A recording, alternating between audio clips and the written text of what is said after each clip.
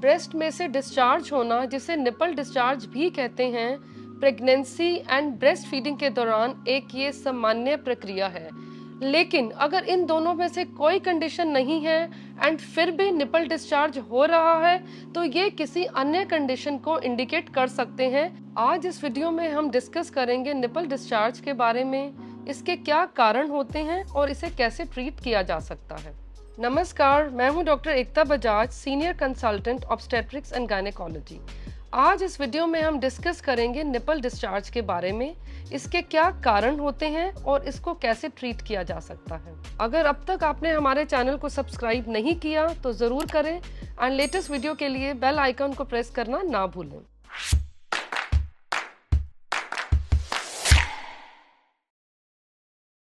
Nipple discharge क्या होता है? निपल डिस्चार्ज यानी कि ब्रेस्ट निपल से आने वाला किसी भी प्रकार का फ्लूइड, और यूजुअली ये प्रेगनेंसी या फिर लैक्टेशन के दौरान दोनों ही ब्रेस्ट को अफेक्ट करता है और डिलीवरी के 1 साल तक या फिर नर्सिंग एंड करने के कुछ वीक्स के बाद भी मिल्की डिस्चार्ज कंटिन्यू हो सकता है। प्रेगनेंसी एंड लैक्टेशन के अलावा भी मिल्की डिस्चार्ज के कुछ कारण होते हैं, जैसे कि हार्मोनल चेंजेस ड्यूरिंग मेंस्ट्रुएशन या फिर ब्रेस्ट में होने वाले कुछ बेनाइन चेंजेस, जिसको कि हम फाइब्रोसिस्टिक चेंजेस के नाम से भी जानते हैं। तो आइए अब बात करते हैं निपल डिस्चार्ज के क्या कॉजेज होते हैं। इससे पहले हम जानते हैं कि निपल डिस्चार्ज कितने प्रकार का होता है। निपल डिस्चार्ज फिजियोलॉजिकल भी हो सकता है और पैथोलॉजिकल भी। सबसे पहले हम बात करेंगे फिजियोलॉजिकल निपल डिस्चार्ज का क्या मतलब है।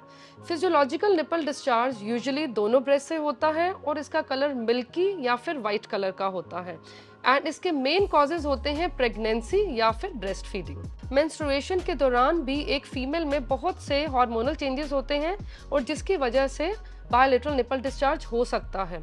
Bilateral nipple discharge usually benign causes यानी कि नॉन कैंसरस कॉजेज की वजह से ही होता है और ये बहुत कंसर्निंग नहीं होता। लेकिन आपको कभी भी इस तरह की कोई कंप्लेंट हो तो आप उसको इग्नोर मत करें एंड अपने डॉक्टर से कंसल्ट ज़रूर करें। पैथोलॉजिकल डिस्चार्ज मोस्टली यूनिलैटरल होता है, यानी कि एक तरफ से ही होता है और इसका कलर ब्लड मिक्स्ड, ब्लडी या फिर रेड कलर का होता है। कलर के साथ साथ ये भी नोटिस करना ज़रूरी है कि ब्रेस्ट निपल डिस्चार्ज स्पॉन्टेनियसली हो रहा है या फिर ब्रेस्ट स्टिमुलेशन के बाद हो रहा है। डिस्चार्ज के अलावा कुछ एसोसिएटेड सिम्टम्स होते हैं जिनको नोटिस करना बहुत ही ज़रूरी है, जैसे कि फीवर, पेन, ब्रेस्ट स्किन में कुछ चेंजेस जैसे कि रेडनेस या फिर पकरिंग ऑफ द स्किन, इसके अलावा इन्वर्टेड निपल, क्योंकि ये एसोसिएटेड सिम्टम्स एक फाइनल डायग्नोसिस तक पहुंचने में मदद करते हैं। यूनिलैटरल डिस्चार्ज मोस्टली पैथोलॉजिकल होता है, लेकिन कुछ केसेस में बायलैटरल डिस्चार्ज भी पैथोलॉजिकल हो सकता है। And important message is bloody discharge यानी कि blood mix discharge mostly abnormal होता है और एक ये कैंसर का लक्षण हो सकता है। अगर आपके मन में ब्रेस्ट कैंसर से जुड़े हुए कुछ डाउट्स हैं, सवाल हैं, तो डिस्क्रिप्शन में दिए हुए लिंक पर क्लिक करें और उसके बारे में अधिक जानकारी लें। Pregnancy and lactation nipple discharge के मोस्ट कॉमन कॉजेज हैं। इसके अलावा कुछ और कॉजेज भी होते हैं। Bilateral nipple discharge hormonal imbalance या फिर कुछ एंडोक्राइन डिसऑर्डर्स की वजह से भी हो सकता है, जैसे कि हाइपोएक्टिव थायराइड की वजह से बायलैटरल निपल डिस्चार्ज हो सकता है। इसके अलावा जब बॉडी में प्रोलैक्टिन लेवल बढ़ जाते हैं तब भी निपल डिस्चार्ज की कंप्लेंट हो सकती है एंड साथ ही साथ कुछ मेडिकेशंस की वजह से भी बायलैटरल निपल डिस्चार्ज हो सकता है, जैसे कि anti depressants, birth control pills and sedatives. कुछ हर्ब्स जैसे कि एनिस एंड फेनल की वजह से निपल डिस्चार्ज हो सकता है। इसके अलावा ड्रग्स जैसे कि मैरिजुआना, ये भी निपल डिस्चार्ज का कारण हो सकता है। अब हम बात करेंगे पुरुलेंट डिस्चार्ज के बारे में। पुरुलेंट का मतलब है पस जैसा डिस्चार्ज। पुरुलेंट डिस्चार्ज के मेन कॉजेज होते हैं इन्फेक्शन, जैसे कि पेरिडक्टल मेस्टाइटिस, ब्रेस्ट इन्फेक्शन या फिर ब्रेस्ट एब्सेस। ब्रेस्ट एब्सेस एक ऐसी कंडीशन है जिसमें कि पस कलेक्ट होकर ब्रेस्ट में लंप बना देती है और एक बहुत ही पेनफुल कंडीशन होती है और ये यूजुअली लैक्टेटिंग मदर्स में ही नोटिस की जाती है। अब हम बात करेंगे benign structural lesions of breast, जिसकी वजह से निपल डिस्चार्ज हो सकता है। इसमें से मोस्ट कॉमन है fibrocystic disease of the breast. ये एक बहुत ही कॉमन कंडीशन है जिसमें ब्रेस्ट में फाइब्रस एंड सिस्टिक चेंजेस होते हैं एंड इस कंडीशन में ब्लडी डिस्चार्ज नोटिस किया जाता है। सेकेंड कंडीशन इज मेमोरी एक्टेजिया। ये कंडीशन यूजुअली पेरीमेनोपॉजल फीमेल्स में होती है और इसमें मेमोरी डक्ट इन्फ्लेम्ड हो जाती हैं, इन्फेक्ट हो जाती हैं और उनमें ब्लॉकेज भी हो सकता है थिक डिस्चार्ज की वजह से, और इस कंडीशन में स्टिकी ब्राउन डिस्चार्ज नोटिस किया जाता है। इसके अलावा इंट्राडक्टल पेपिलोमा जो कि एक बेनाइन ब्रेस्ट कंडीशन है जिसमें कि मेमोरी डक्ट में पॉलिप यानी कि एक नॉन कैंसरस गांठ हो सकती है, इस कंडीशन में भी ब्लडी डिस्चार्ज देखा जा सकता है। इसके अलावा इंजरी टू द ब्रेस्ट या फिर कांस्टेंट रबिंग और friction with bra during jogging, इसकी वजह से भी ब्रेस्ट डिस्चार्ज हो सकता है। अब हम बात करेंगे cancerous causes of breast discharge, जैसे कि ductal carcinoma in situ, Paget's disease या फिर ब्रेस्ट कैंसर। निपल डिस्चार्ज के कॉज को जानने के लिए किन इन्वेस्टिगेशन को करवाना चाहिए? निपल डिस्चार्ज के इवैल्यूएशन में प्राइमरी गोल है ये जानना कि ये किसी बेनाइन कॉज की वजह से है या फिर कोई पैथोलॉजी की वजह से है, जैसे कि कैंसर, इन्फेक्शन या एब्सेस, और साथ ही साथ उन लेडीज को आइडेंटिफाई करना जिनमें कैंसर होने का हाई रिस्क है। निपल डिस्चार्ज के इवैल्यूएशन में फर्स्ट स्टेप है कि जानना ये किस कारण से है, फिजियोलॉजिकल या फिर पैथोलॉजिकल।